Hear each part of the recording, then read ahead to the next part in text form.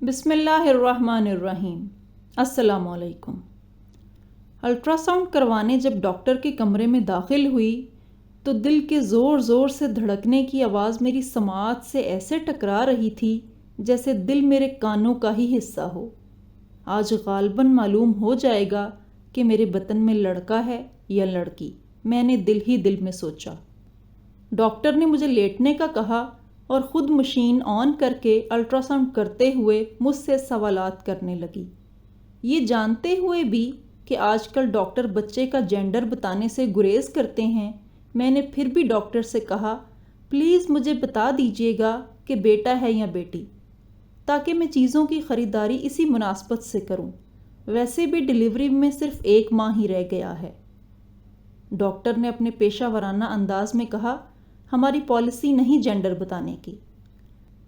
میرے اصرار پر آخرکار ڈاکٹر اس سوال کی طرف آئی جس کا جواب میں غلط دینے کا تہیہ کر کے آئی تھی۔ پہلے کتنے بچے ہیں آپ کے؟ ڈاکٹر نے پوچھا۔ 2، میں نے جواب دیا۔ لڑکا یا لڑکی؟ ڈاکٹر نے میرے چہرے پر نظریں جماتے ہوئے پوچھا۔ پہلی بیٹی، دوسرا بیٹا، میں نے سفید جھوٹ بولا۔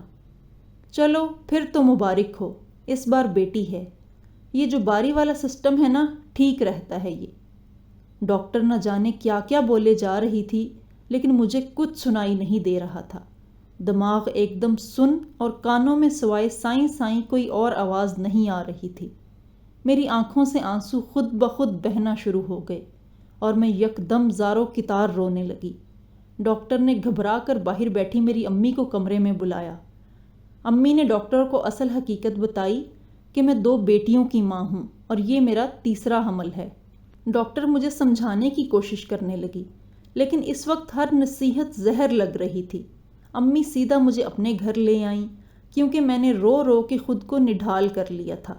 میرے آنسو تھمنے کا نام ہی نہیں لے رہے تھے۔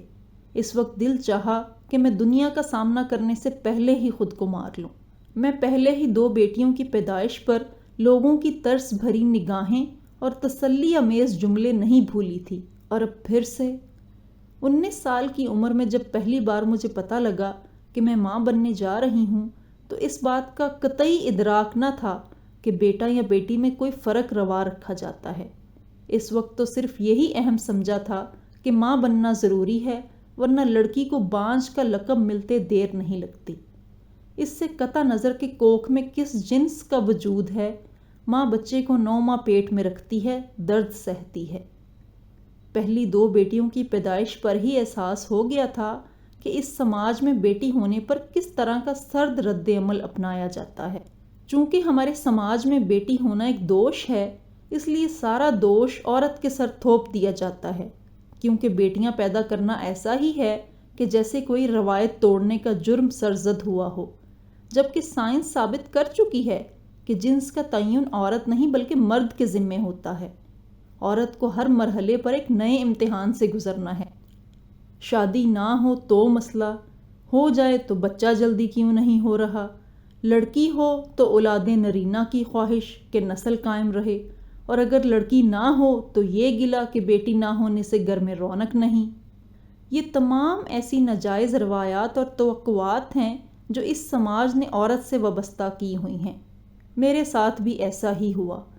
شوہر کے علاوہ رشتہ داروں اور آس پاس کے دیگر لوگوں کا 2 بیٹیوں کے بعد اولاد نرینہ پیدا کرنے کا ڈھکے چھپے انداز میں اصرار بڑھتا گیا، اور مجھے واقعی لگا کہ میں اس نعمت کے بغیر بے وقت ہوں۔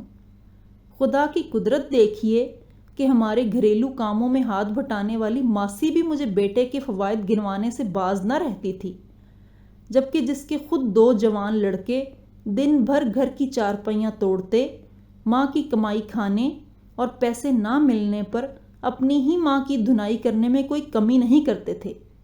2 بیٹیوں کے بعد تو لڑکا ہی ہوتا ہے۔ دوسری بیٹی کے بالوں میں بھنور اگر اوپر کی جانب ہو تو اگلا بیٹا ہی ہوگا۔ حاملہ کا پیٹ نیچے کی جانب جھکا ہوا ہے، چہرہ مرجھایا ہوا ہے۔ اس بار پہ در پہ الٹیاں ہو رہی ہیں، یا خالی پیٹ ڈکارے آنا بھی اسی بات کی نشاندہی ہے کہ اس بار پیٹ میں لڑکا ہی ہے، یعنی جتنے منہ اتنی باتیں، جس سے ایک حاملہ کو پختہ یقین ہو جائے کہ اس بار تو بیٹا ہی ہوگا۔ یہ ساری کارستانی میری امی دیکھ رہی تھیں اور شاید 4 بیٹیوں کی ماں ہونے کے ناطے انہیں احساس تھا کہ اگر اس بار بھی بیٹی ہوئی تو میری ذہنی اور جسمانی صحت پر اس کے اثرات بہت منفی ہو سکتے ہیں۔ یہی سوچتے ہوئے وہ مجھے الٹرا ساؤنڈ کے لیے کلینک لے گئیں۔ یہ جاننے کے بعد کہ ایک بار پھر میں بیٹی ہی جنم دینے والی ہوں، گھر پہنچتے ہی میں نے محلے کی ایک ڈاکٹر نما نرس سے رجوع کیا کہ مجھے ابارشن کروانا ہے۔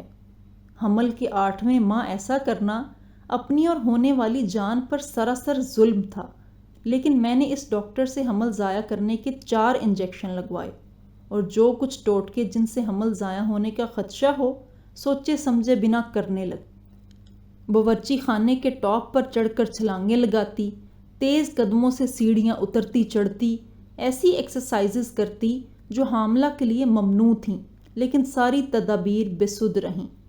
میں اس ساری ظالمانہ کارروائی میں اتنی مگن تھی کہ مجھے احساس ہی نہیں ہوا کہ پیٹ میں بچے کی دھڑکن آہستہ آہستہ کم ہوتی جا رہی تھی، اور پھر ایک دن محسوس ہوا کہ میرے اندر کچھ بھی نہیں، میرا پھولا ہوا پیٹ ہی نہیں، میری روح تک خالی اور ویران ہے۔ میری کوکھ میں آنے والی روح نے یہ جان لیا تھا کہ اس کی آمد اس کی ماں کے لیے ایک تانا بن جائے گی، سو اس نے دنیا میں آنے کے لیے اپنے معصوم ہاتھ پاؤں مارنے کی تگودب بند کر دی، سانس روک لی۔ انجیکشن اور ٹوٹکے تو میری سخت جان بچی کا کچھ نہ بگاڑ سکے، لیکن میرے رویے اسے اندر ہی اندر مار رہے تھے۔ تیسرے دن بھی جب کوکھ میں سناٹا رہا تو ماں ہڑبڑا کر جاگ اٹھی۔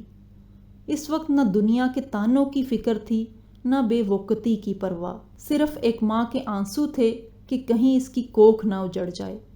آنن فانن ایمرجنسی میں گئے، جہاں طبی امداد کے نتیجے میں میری بیٹی کی سانسوں کو دوبارہ بحال کیا گیا۔ ڈاکٹر کے مطابق چونکہ میں اس حمل سے ناخوش تھی جس کا بچی یا بچے کو قدرتی ادراک ہو جاتا ہے، اس لیے مجھے خوش رہنے کی تاکید کی گئی تاکہ بچی صحت مند پیدا ہو۔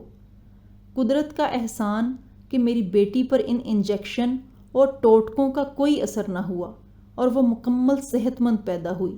اس دن میں نے فیصلہ کیا کہ میں اپنی بچیوں کو ایک بااختیار، بااعتماد اور ذمہ دار شہری بناؤں گی۔